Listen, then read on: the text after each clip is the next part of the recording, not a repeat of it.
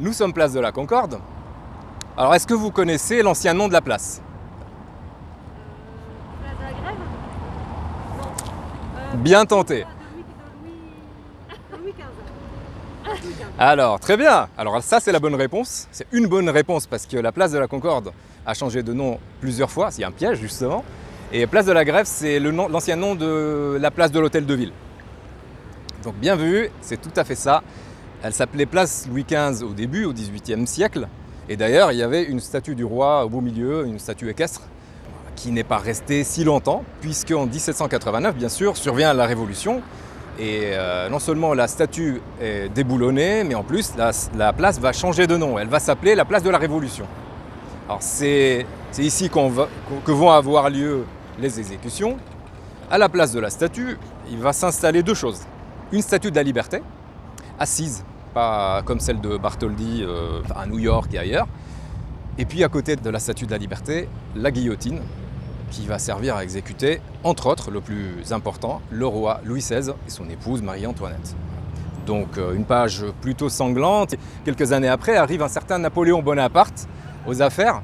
Et Napoléon va vouloir tourner cette page et essayer un petit peu de contenter tout le monde. C'est un peu aussi son positionnement politique. Et donc, ni place de la Révolution, ni place Louis XV, on va l'appeler place de la Concorde. Voilà l'apparition du nom. Puis quelques années plus tard, les rois sont de retour. C'est les Bourbons qui reviennent à nouveau. Et à nouveau, on a un régime un peu conservateur qui va reprendre les symboles et les noms d'avant la Révolution. Donc, elle s'appelle à nouveau Louis XV. Et même Louis XVI, à un moment donné, en hommage au roi défunt. Ça ne dure pas non plus très longtemps, parce qu'en 1830, il y a une autre révolution, et arrive au pouvoir un roi un peu plus libéral, c'est Louis-Philippe.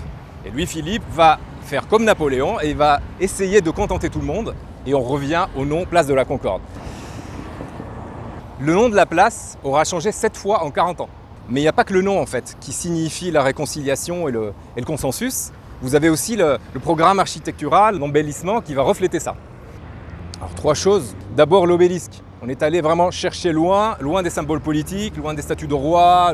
Et on a installé ce cadeau du roi d'Égypte qu'il a offert au roi de France, Louis-Philippe. Et c'était une prouesse technique que de mettre ici. Et c'était un gros événement en fait. Il y avait 200 000 personnes ici, c'est considérable. Et le roi était là, il est sorti du balcon, c'était une ovation. Voilà, gros moment de fête. Vous avez également les 2 fontaines, Fontaine des fleuves et Fontaine des mers.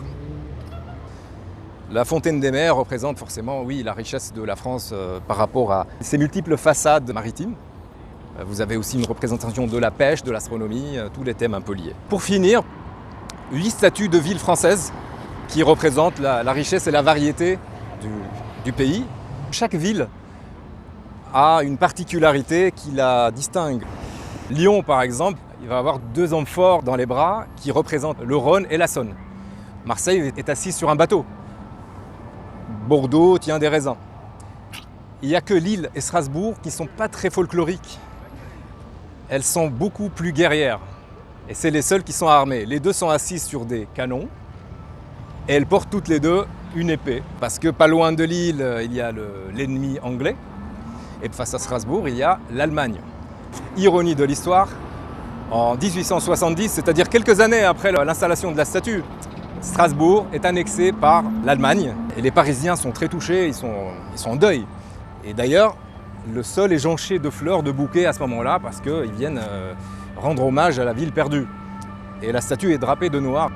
Et bien sûr, vous le savez, elle est récupérée à Strasbourg en 1918, à la fin de la Première Guerre mondiale.